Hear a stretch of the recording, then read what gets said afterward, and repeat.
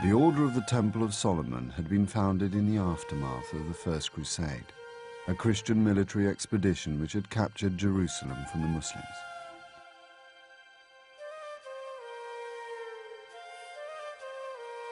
The first Templars had dedicated their lives to God by protecting pilgrims, but the order had soon proved itself to be the most effective military unit in the crusading army.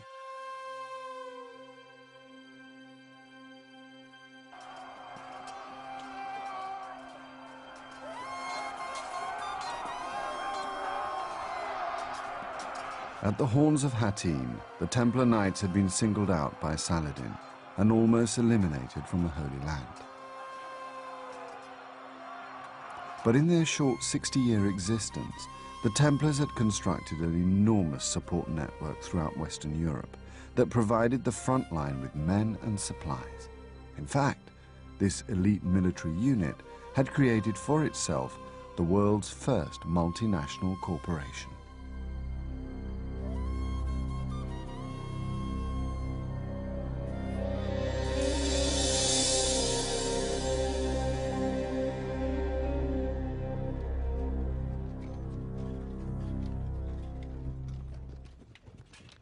Since the Order of the Temple had first been established early in the 12th century, it had set out to attract recruits and raise funds. Although an individual knight could own nothing, he still needed horses, weaponry, and servants if he was to carry out God's work effectively.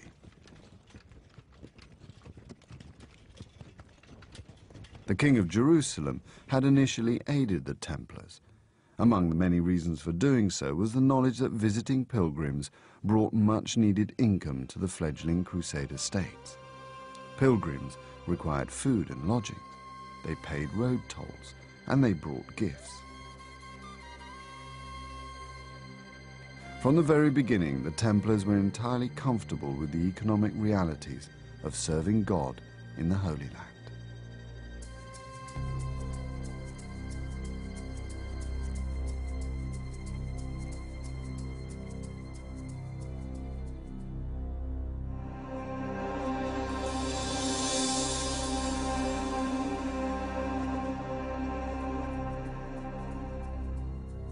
The Templar Corporation, or network, began in Western Europe, built up from gifts of land donated by men and women who wanted to protect their immortal souls by supporting the Crusaders in the Holy Land.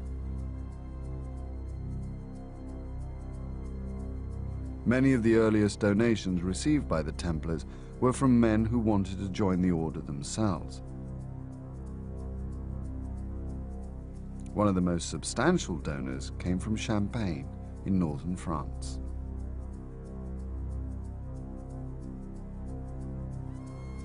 Hugh, Count of Champagne, joined the order in the 1120s, and he was one of its earliest important patrons.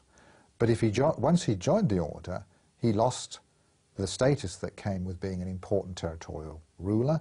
He had to abrogate his own will to that of the master, and he had to live the life of an ordinary knight. So one gave up a considerable amount in terms of status and in material comfort in order to become a Templar. But if you sincerely believe that what really matters is your immortal soul and not your short and transitory life on earth, then it would be seen as worth it. The Templars gratefully accepted many such gifts of land which were channeled into productive communities where the brothers in the West lived and worked. It was these communities, called preceptories, that became the bedrock of the Templar network.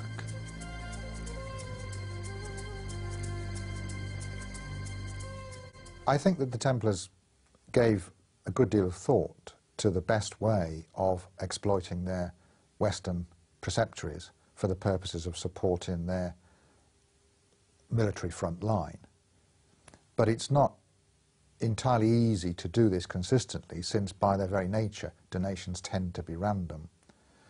As time went on, they tried quite hard to rationalize their holdings in a way which would make them more effective, and even in some areas to provide preceptories which were rather specialist, perhaps specialist in banking or in stud farms or in providing shipping and so on. A typical rural preceptory of the Templars usually comprised of farmland centred around a manor house, with any numbers of barns, stables and outhouses, depending on the size and location of the farm.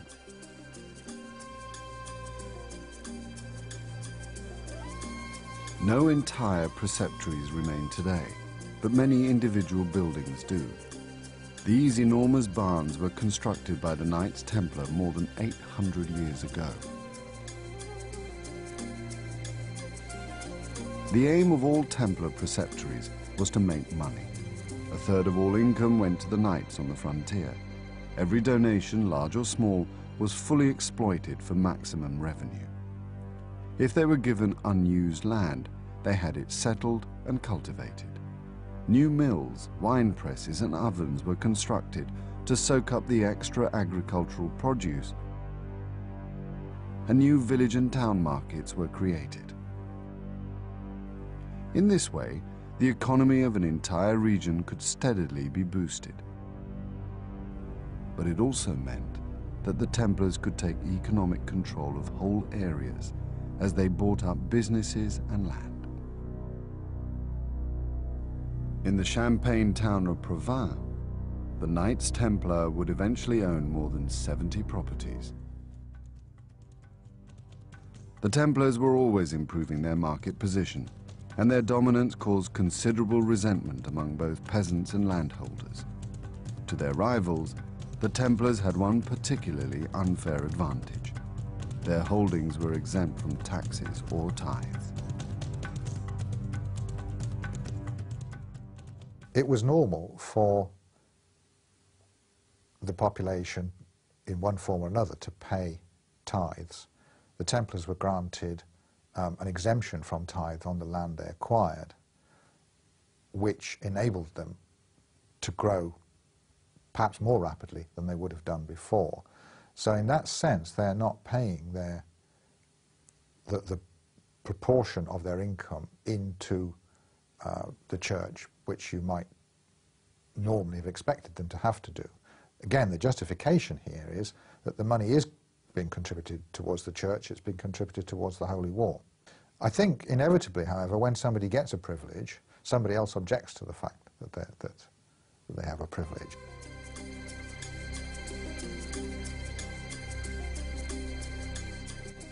Within 30 years of its foundation, the temple was managing farms and urban properties throughout France, England, and much of Europe. They had European headquarters in Paris and London. Many of the Templar properties on the Iberian Peninsula were fortified, as the Muslims retained a strong presence on the Spanish mainland. The Templar network provided security and lodgings all along the main trade routes of Europe, as well as to the Holy Land.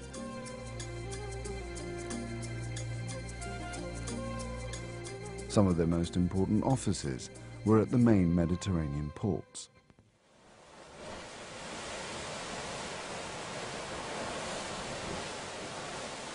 The temple was involved in shipping from its earliest days. It had soon extended its role from protecting pilgrims in the East to protecting pilgrims travelling to the East. The order constructed an early travel agency, providing pilgrims with not just security, but transport and accommodation. At first, the order had chartered vessels from the great seafaring cities of Italy, but once again the temple decided to improve its market position.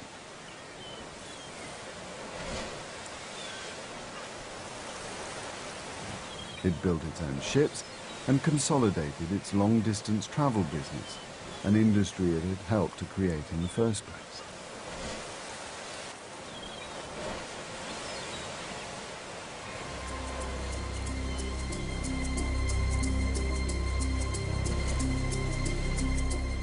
One of the temple's most important income-generating regions was on the main axis linking the Great Mediterranean and Northern European trading zones.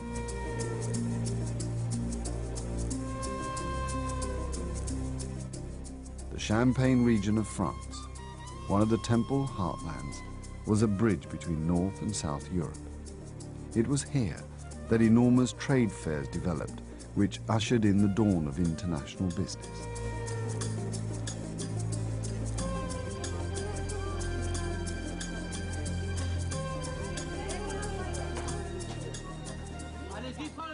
The great trade fairs of Champagne saw the exchange of goods from all over Europe, which the Templars could not fail to benefit from. The economic boom also triggered a financial revolution, which saw the birth of modern banking. The Templars were well placed to enter the world of banking. They had offices all over Europe, and their continuous state of warfare had given the Templars the experience of handling large sums of money.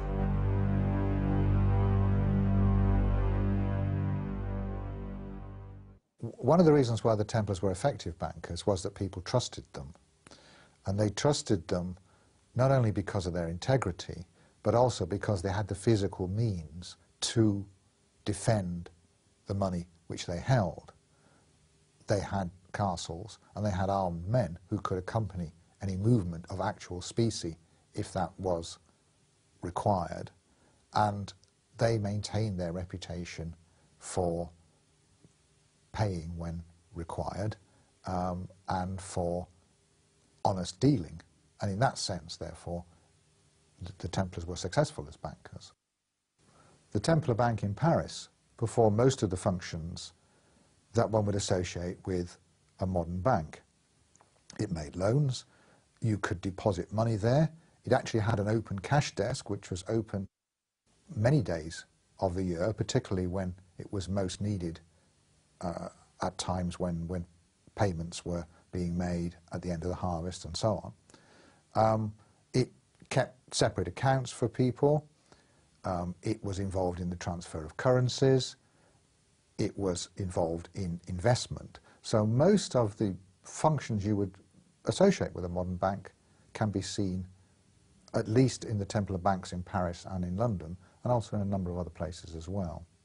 They also perhaps went beyond some of the functions of a modern bank, and you could say that they were performing functions you'd associate with a modern accountancy firm, in that they would audit the accounts of the King of France, for instance.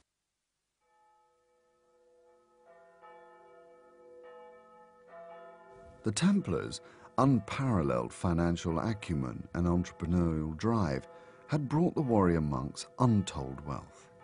The order had risen to the very pinnacle of society, and they didn't just work for the French crown. The Templars provided security and financial advice to most of Europe's great rulers, including the King of England and the Pope.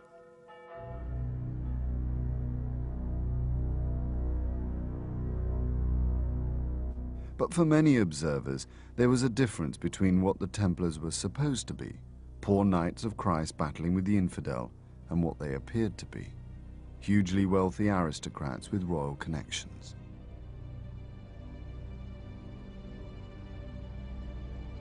Although a third of all revenue provided by the Templar network was sent to the East, few ordinary people ever saw their Holy Land activities. All most people ever heard about the Crusades was a growing catalogue of defeat and humiliation. The Crusaders had lost the Christian holy sites, which was the primary aim of the Knights Templar. Their frequent setbacks in the Holy Land made many suspicious. How could they justify such riches when they were supposed to be poor knights battling Islam for the love of God alone? For years, medieval chroniclers had suspected that financial motives affected all Templar behavior in the Holy Land. A castle siege in the Holy Land. A castle siege might be interpreted as a bid for gold and plunder, or a refusal to join an assault could be seen as saving costs. There were many such controversial incidents. One of these is the capture of a man called Nasir al-Din, who was fleeing from a failed political coup in Egypt in 1154, was captured by the Latin Christians and was put into the custody of the Templars. The Templars then sold him back to his political enemies in Egypt for a large sum, and he was killed by the mob.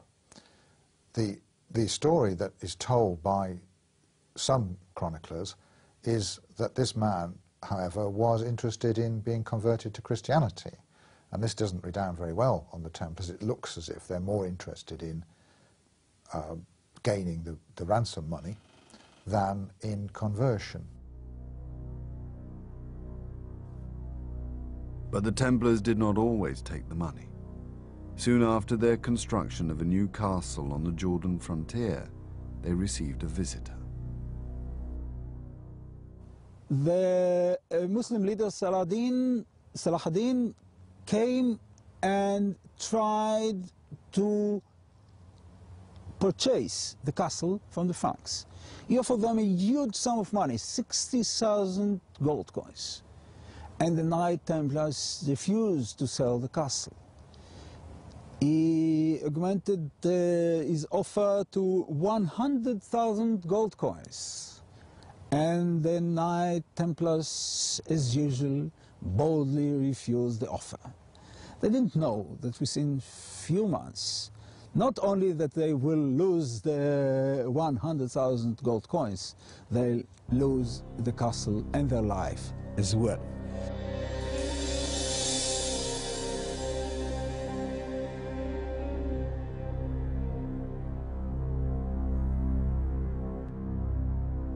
The Templars' obsession with raising money was well-founded, and their cautious policy in the East was based on a simple formula. Before the Battle of Hattin, it took the income from 30 manor farms to equip and maintain one single knight in the Holy Land. More than 200 had died at Hattin. Within a few decades, the cost would have risen fivefold. The Templars needed to translate their economic empire into a military machine of some kind, which was very, very expensive. The numbers of knights probably amounted to 600. Each of those knights needed to have 4 horses. In addition, there were probably another 2,000, 2,500 sergeants or serving brothers, some of whom fought, and many more people who acted as part of the general support system, like squires, servants, cooks, and also a limited number of clerics. So there's a large number of men and horses and other animals that you needed to pay for. So the costs of this are immense, which is why in the 13th century the Templars have got to exploit their lands to their fullest extent. This in turn, of course, can sometimes lead to unpopularity, particularly if there's no military success to show for all this vast expenditure. But like most military machines, it seems as if money is being thrown down a bottomless pit to those people who are being forced to pay for it.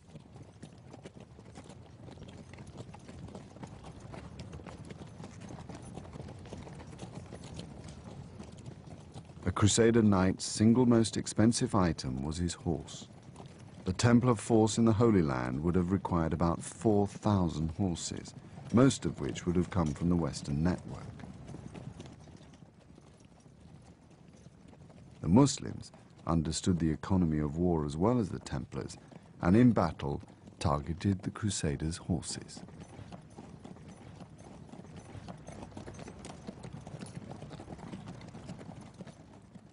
In some of the sources, even at the contemporary sources, the Turkish and Saracen habit of attacking the horses was regarded almost as unsporting. Now this has been picked up in the 19th century and even today as somehow the Turks and the Saracens are being devious.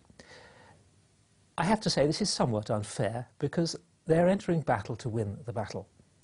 And if you can defeat your enemy by injuring his horse or his horses or frightening his horses, you don't have to kill the man. You're not there, as far as a Saracenic warrior is concerned, to achieve personal glory. You're there as a professional soldier with a rather modern attitude towards the job in hand, and that is to succeed.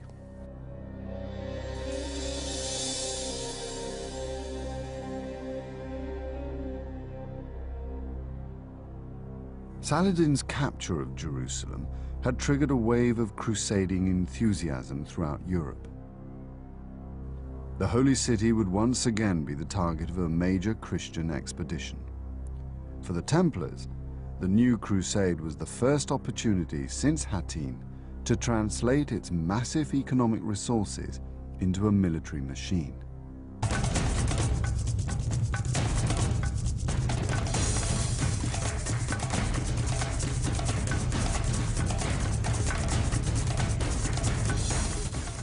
The Order of the Temple was integral to the Third Crusade, led by the King of England, Richard the Lionheart, and Philip II of France.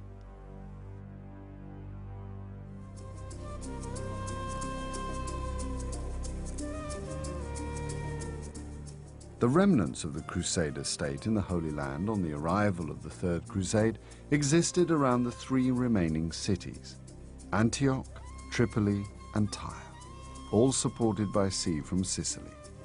Richard joined Philip II and the resident Crusaders already besieging the port of Acre, which they captured in July 1191. The Crusaders then began the march on Jerusalem and set off down the coast. A fleet shadowed their every move, providing supplies and reinforcements. The army was constantly harried by Saladin's forces, but the Crusaders made progress, clawing back Haifa and then Caesarea.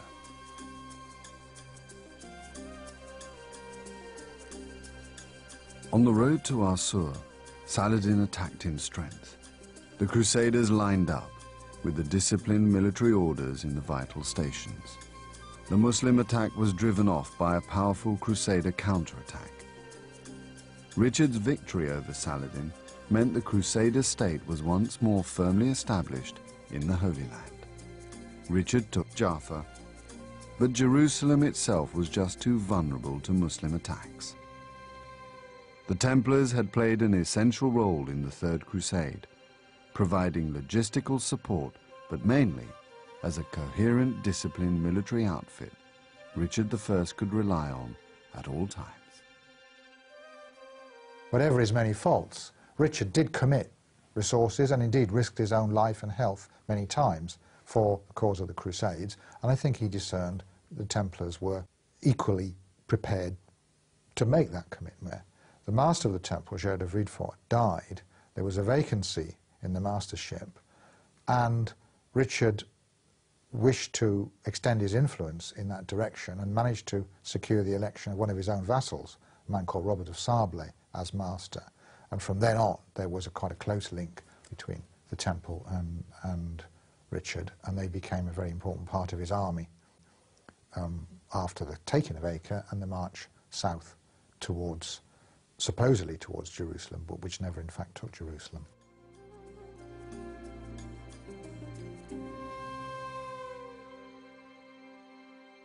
Richard the Lionheart had travelled to within sight of the Holy City, but, taking advice from his military advisors, including the cautious Templars, he had decided not to risk an attack on the city.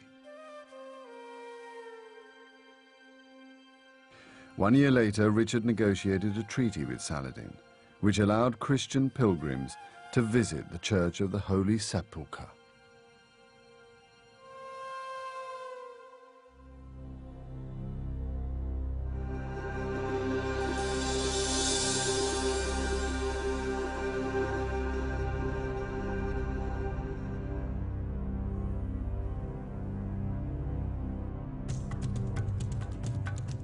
Although the Third Crusade had failed to gain control of Jerusalem, the victories of Richard I had rejuvenated the Crusader states and given the Christians a firm foundation from which to begin expansion.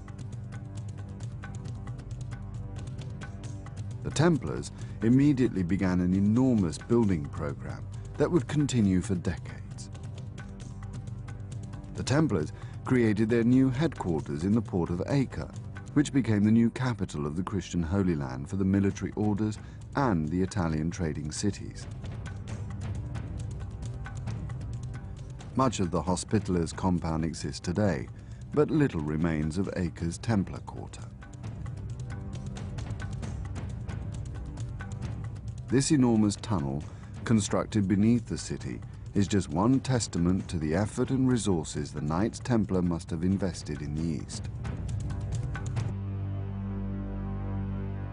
When Saladin died in 1193, the Islamic world once more crumbled into disunity. Islam's failure to unite against the Christians would buy the Crusaders much-needed breathing space. But the Christians could never entirely rely on Muslim divisions. For the Templars, recent success came with a price. The massive investment needed to man and fortify the newly recovered lands meant expanding the network, a corporation that was growing ever more unpopular.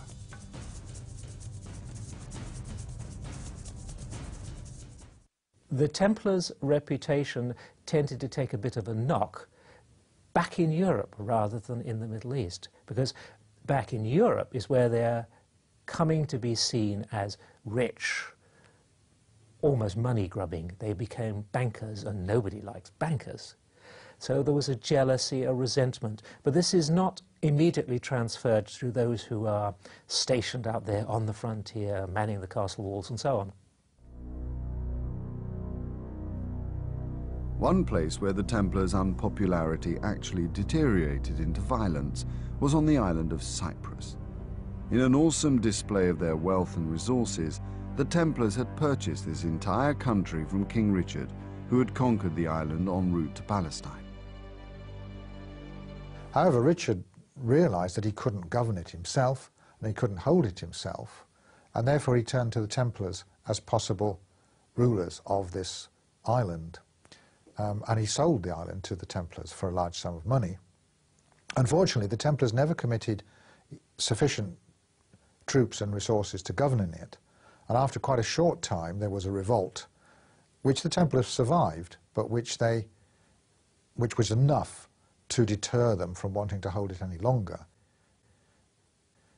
But Cyprus is a very interesting case, because had the Templars taken it more seriously as a resource, it could have been the first semi-sovereign or sovereign state ruled by a military order. It never came out like that, but it could have been. However hard the Knights struggled to justify the vast funds needed to reconstruct and man the defences of the Holy Land, the Templars would never fully shake off the suspicion that they cared more for the acquisition of gold and riches than they did for the land of Christ. In reality, whether the Templars believed it or not, the equation was simple. If they could not maintain the Crusader states, there was no reason for their existence. The Templars' credibility depended entirely on the survival of a Christian Holy Land.